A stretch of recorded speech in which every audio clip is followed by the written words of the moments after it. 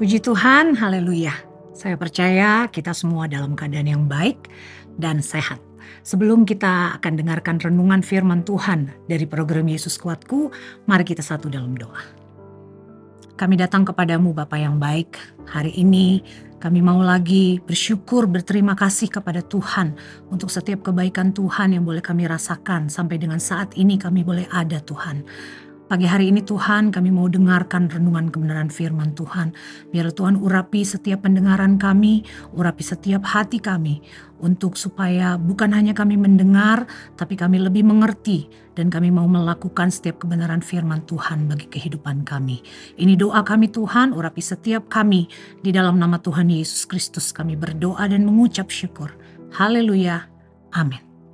Puji Tuhan Bapak Ibu Saudara, kalau saya ingin katakan bagi kita semua, kita pasti akan merasa senang, kita pasti akan merasa setidaknya bahagia pada saat kita mengetahui kalau ada orang-orang lain yang mendoakan kita.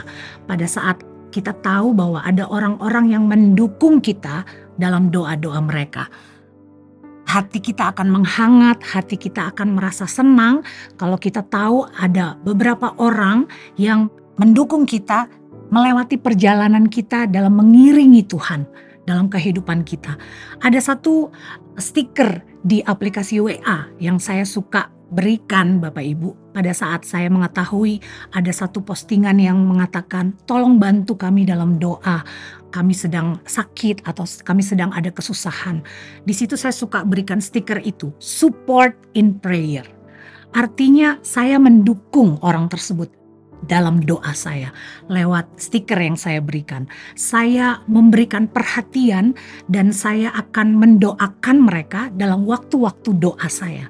Dan saya yakin dan percaya pada saat kita dalam keadaan kesusahan, kita dalam keadaan yang membutuhkan orang lain untuk mendukung kita akan merasa senang, kita akan merasa ditemani dalam kesendirian kita. Kasarnya begitu ya. Dan pagi hari ini kita akan belajar dari satu kebenaran firman Tuhan.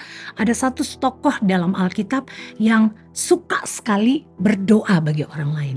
Nah, kita buka dari ayat kebenaran firman Tuhan di Kolose pasal yang pertama ayat yang ke-9. Saya bacakan bagi kita semua. Kolose pasal yang pertama ayat yang ke-9. Sebab itu sejak waktu kami mendengarnya, kami tiada berhenti-henti berdoa untuk kamu. Kami meminta supaya kamu menerima segala hikmat dan pengertian yang benar untuk mengetahui kehendak Tuhan dengan sempurna. Nah, ayat ini ditulis oleh Rasul Paulus, Bapak Ibu.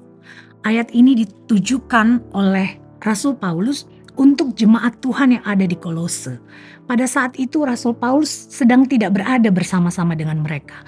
Rasul Paulus ada di Roma dalam keadaan yang terpenjara, katakanlah demikian, jauh dari kehidupan jemaat di Kolose.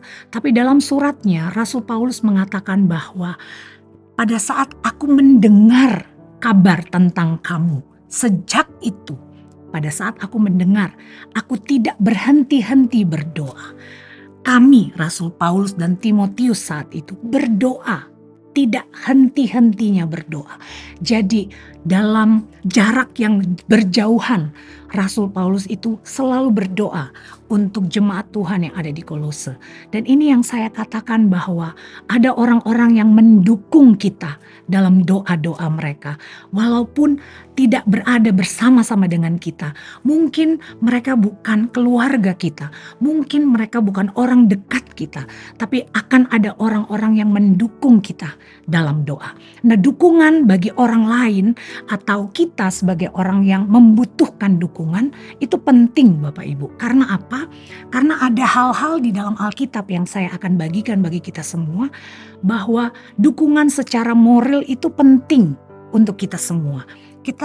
Saya berikan contoh bagi kita semua di Yohanes pasal 9, di situ ada kejadian bahwa Yesus menyembuhkan seorang anak yang buta sejak lahir.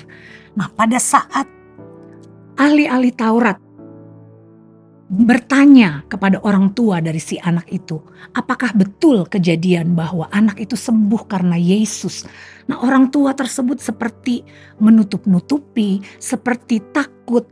Bahkan orang tua tersebut mengatakan, anak itu sudah besar, sudah dewasa. Silakan tanyakan sendiri. Wah, seperti tidak mendukung begitu ya saudara ya. Padahal orang tua itu ada di situ, mendampingi anak tersebut. Nah, satu lagi, waktu Paulus akan pergi ke Yerusalem, di situ di Kisah pasal 21 dikatakan bahkan Roh Kudus yang menyuruh Paulus pergi ke Yerusalem. Tapi orang-orang di sekitar Paulus sampai memperingati Paulus supaya Paulus tidak pergi ke Yerusalem, supaya Paulus itu membatalkan niatnya untuk pergi ke Yerusalem. Jadi Bapak Ibu Saudara, ada kalanya orang-orang di sekitar kita tidak mendukung kita. Ada kalanya orang-orang yang dekat dengan kita tidak mensupport kita. Tapi balik lagi ayat awal yang sudah kita baca di Kolose 1 ayat 9. Paulus dalam keberadaan yang jauh dari jemaat Kolose tidak henti-hentinya berdoa untuk mereka. Bahkan apa? Di situ dikatakan bukan hanya tidak berhenti berdoa untuk keadaan baik yang mereka hadapi supaya mereka selalu baik-baik saja, tapi Paulus berdoa supaya jemaat di Kolose menerima segala hikmat dan pengertian yang benar. Nah, ini yang saya mau katakan Bapak Ibu. Keberadaan kita sebagai anak Tuhan, kita butuh dukungan orang lain. Kita butuh membantu orang lain. Bukan hanya kita perlu orang lain untuk mendukung kita, tapi kita juga harus menjadi support system mereka. Kita harus mensupport mereka dalam keberadaan kita, dalam sikap kita, dalam perkataan kita, dalam tingkah laku kita. Di 1 Tesalonika pasal yang kelima ayat yang 11, di situ dikatakan, biarlah kita saling menguatkan dan membangun satu dengan yang lain, seperti yang memang kamu lakukan. Jadi sebagai anak-anak Tuhan, bukan hanya kita bersosialisasi dengan banyak orang, tapi kita harus mendukung mereka dalam apa? Bukan dalam keadaan baik, moral dan material saja Bapak Ibu, tapi juga dalam doa-doa kita. Supaya apa? Kerohanian kita semakin hari semakin bertumbuh di dalam iman yang sama, di dalam pengertian yang benar tentang Tuhan kita. Seperti Paulus katakan tadi, mengetahui kehendak Tuhan dengan sempurna. Sekali lagi, kita butuh orang lain untuk kita saling menguatkan. Bukan hanya kita mau dikuatkan, tapi kita juga mau menguatkan orang lain. Ayat yang terakhir, Ibrani pasal yang ke-10 ayat yang ke-24. Dan marilah kita saling memperhatikan supaya kita saling mendorong dalam kasih dan pekerjaan baik.